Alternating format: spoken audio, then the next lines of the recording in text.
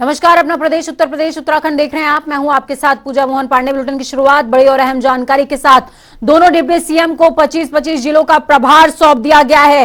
जिम्मेदारी बटी है, जिम्मेदारियों में बदलाव किया गया है। आगरा नगर निगम के प्रभारी ए के शर्मा बने हैं।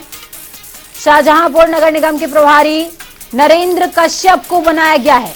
वाराणसी नगर निगम की अगर बात करें तो प्रभारी जयवीर सिंह बने हैं। कानपुर के प्रभारी के तौर पर नंदगोपाल नंदी जिम्मेदारी संभालेंगे। मुरादाबाद के प्रभारी जितिन प्रसाद को बनाया गया है। सहारनपुर के प्रभारी योगेंद्र उपाध्याय हैं।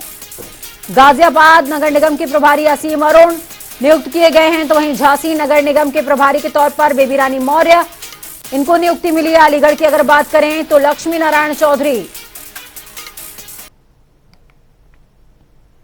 तो बड़ी खबर, अहम जानकारी आपको दे रहे हैं। अगर आप ये सोच रहे हैं कि प्रभारियों में कैसे तब्दीलियां की गई हैं, तो पहले जो आपको प्रभार बताया गया था, जिलों का प्रभार बताया गया था, असल में वो लोकसभा चुनाव की तैयारी थी। लेकिन ये नगर निकाय चुनावों के लिए प्रभारों का डिवाइडेशन किया गया है। तमाम कैबिनेट मंत्रियों के बीच में ग्राउंड जीरो का रुख करेंगे। अनूप हमारे साथ में ग्राउंड जीरो से जुड़े हुए हैं। अनूप, क्या कुछ अपडेट है? देखिए, फिर चाहे वो लोकसभा चुनाव हो या फिर निकाय चुनाव, बीजेपी हर एक तैयारी में 2 कदम आगे है, विपक्षियों से आगे है। और निकाय की अगर हम बात करें तो आरक्षण सूची जारी होने के बाद अब तो प्रहरी भी नियुक्त हो चुके हैं।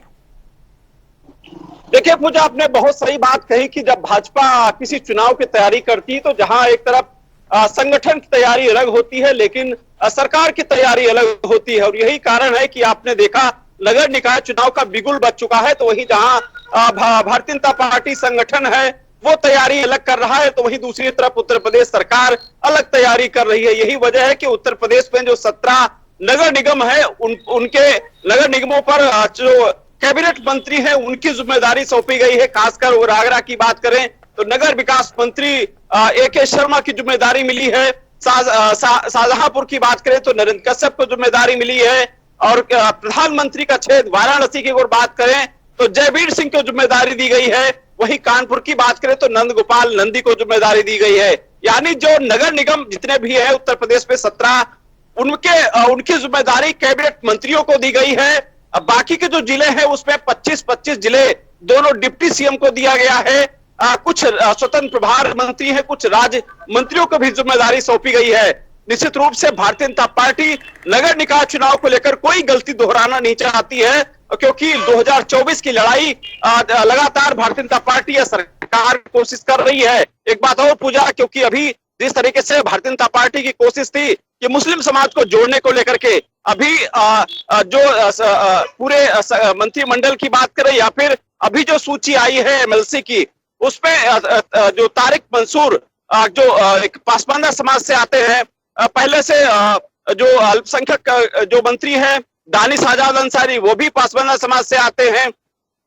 2 और मुस्लिम चेहरे हैं, चाहे वो मोहसिन रजा की बात करें या फिर तमाम और इस तरीके से करीब 4 ऐसे एमएलसी या फिर मंत्री हो चुके हैं जो भारतीय जनता पार्टी में, यानी कहीं ना कहीं जो भारतीय जनता पार्टी एक कोशिश थी कि सभी वर्गों को सराहा जाए। यही वजह है कि पूजा, क्योंकि 2024 की लड़ाई अगर भारतीय जनता पार्टी को 80 में से 80 सीटें साधने का वो लक्ष्य है, तो निश्चित रूप से सभी वर्गों को एक साथ लेना पड़ेगा, सभी की जिम्मेदारी तय करनी पड़ेगी और हर वर्ग को कहीं ना कहीं उनकी जिम्मेदारी सौंपनी पड़ेगी।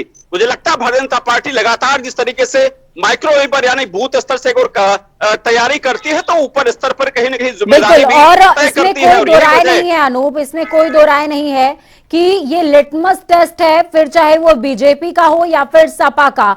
और इस तैयारी में बीजेपी एक कदम आगे जाती हुई नजर आ रही है प्रभारियों की नियुक्ति के साथ। बिल्कुल पूजा, इसमें कहीं ना कहीं मंत्रियों की भी जिम्मेदारी तय हो गई, तो निश्चित रूप से उस क्षेत्र में जाकर वहां पर जनता से मुलाकात तो करेंगे ही, साथ ही साथ संगठन के कार्यकर्ता पदाधिकारियों से भी मुलाकात करेंगे।